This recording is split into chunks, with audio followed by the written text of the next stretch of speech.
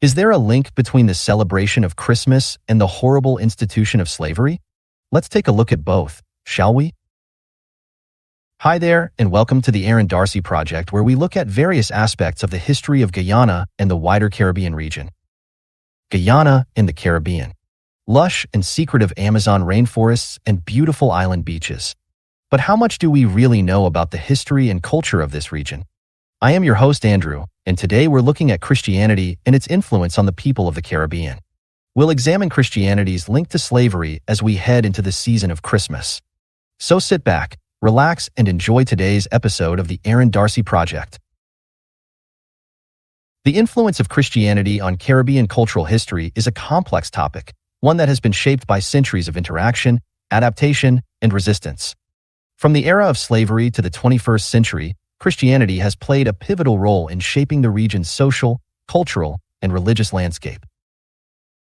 During the colonial period, Christianity was introduced to the Caribbean as an instrument of control and domination and used effectively by European powers, primarily Spain, France, and Britain. These countries imposed their religious beliefs on the indigenous populations, enslaved Africans, and indentured servants. Catholicism was the dominant faith in the region, including Guyana, but there was also Protestantism, particularly Anglicanism and Methodism. The imposition of Christianity was often accompanied by the suppression of indigenous and African religious practices, leading to a clash of cultures and beliefs. However, it must be noted that the enslaved Africans, despite facing brutal oppression, found ways to adapt and resist both slavery and Christianity. They incorporated elements of their traditional religions into Christianity, creating syncretic practices that blended African spiritualities with Christian beliefs. This resulted in the development of unique Afro-Caribbean religions such as Voodoo in Haiti, Santeria in Cuba, and Obeah in Jamaica and Guyana. Others in the region, like the Indians and Chinese, also blended aspects of their own religious beliefs into the growth and development of what is now a unique Caribbean collection of religions. These religions, in those bygone days, provided a sense of community, identity, and resistance for enslaved people, offering spiritual refuge amidst the horrors of slavery. The abolition of slavery in the 19th century marked a significant turning point in the history of Christianity in the Caribbean. While the institution of slavery was abolished, the legacy of colonialism and racial discrimination persisted. Christianity played a role in both perpetuating and challenging these inequalities. Christianity, despite its dark affinity with the institution of slavery, did, however, exert some positive influence into the formation of the Caribbean. Some Christian denominations, particularly those with missionary traditions, did advocate for social justice and racial equality. These institutions established schools, hospitals, and community centers, providing opportunities for education and empowerment to marginalized communities. The 20th century witnessed a resurgence of Afro-Caribbean and other religions, as many people sought to reclaim their cultural heritage and resist the dominant influence of Christianity. But Christianity, despite its association with slavery, played a central role in the struggle for independence and self-determination in many Caribbean countries. It provided a source of cultural identity and spiritual empowerment, helping to shape the region's unique cultural heritage. In Guyana, for instance, a Catholic priest, Father Bernard Darc, was brutally killed while involved in a resistance against political suppression. In the 21st century, Christianity continues to be a significant force in Caribbean society. While its influence has declined in some areas, it remains a central part of the cultural and religious landscape. The influence of Christianity on Caribbean cultural history is quite a complex topic, shaping the region's social, cultural, and religious landscape in profound ways. From the era of slavery to the 21st century, Christianity has been a source of both oppression and resistance, a tool of cultural domination and a vehicle for cultural expression. One of the most celebrated aspects of the Christian influence in the Caribbean remains the celebration of its religious holidays. Christmas is one of these. The celebration of Christmas in the Caribbean is a vibrant and colorful affair, reflecting the region's rich cultural heritage and historical experience. From the joyous pageantry of traditional parades to the intimate gatherings of families and friends, Christmas in the Caribbean is a time of celebration, reflection, and community.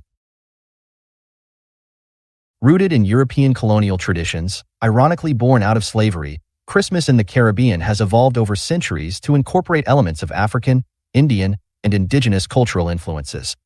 This fusion has resulted in a unique and festive celebration that is distinctly Caribbean. One notable feature of Christmas in the Caribbean is the celebration of parang. Originating in Trinidad and Tobago, parang is a musical genre that combines elements of Spanish folk music, calypso, and soca. Parang bands often perform traditional Christmas songs, and parang parties, known as parandas, are a popular Christmas tradition. Other popular Christmas traditions in the Caribbean include the lighting up of Christmas trees, the singing of Christmas carols, and masquerade bands in the streets. The exchange of gifts is also part of Christmas in the Caribbean. While the tradition of gift-giving is similar to that in other parts of the world, the types of gifts exchanged can reflect local customs and preferences. Handmade crafts, local delicacies, and rum are popular Christmas gifts in the Caribbean. Some companies and corporations give their employees Christmas bonuses. This greatly facilitates the celebration of the holiday. Christmas Eve and Christmas Day are typically marked by festive gatherings of family and friends. The preparation of special meals and the making and sharing of different types of cakes add to the celebration. In many Caribbean countries, Christmas is a time for religious celebrations. Churches hold special services, and there are processions and pageants. This cultural fusion that has characterized the Caribbean throughout its history is evident in the celebration of Christmas.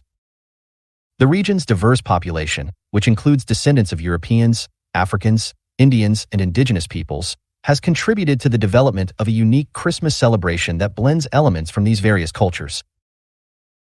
Christmas in the Caribbean is also a time for community events and charitable activities. Many communities organize Christmas parades, concerts, and parties to bring people together and spread holiday cheer. Charitable organizations hold fundraisers and provide assistance to those in need during the Christmas season. From lively music, pageants, and street masquerades to the intimate gatherings of families and friends, Christmas in the Caribbean is a time of joy, reflection, and community. So, as we can see, in spite of its links to slavery, Christianity has given us the celebration of a joyous season. The celebration of Christmas in the Caribbean is a testament to the resilience and creativity of the region's people, who have managed to adapt and create a truly unique and Caribbean experience. In conclusion, we might say that Christmas in the Caribbean is a vibrant and festive celebration. It reflects the region's rich cultural heritage blended with some aspects of its dark history, and is still thoroughly enjoyed by everyone in spite of the association of Christianity with the region's terrible past. We hope that you have enjoyed today's episode of the Aaron Darcy Project. Do share, like, and comment. We really appreciate your contributions. You might also want to consider subscribing to our channel. Thanks for spending some time with us, and we look forward to seeing you again on the next episode of the Aaron Darcy Project. Goodbye for now.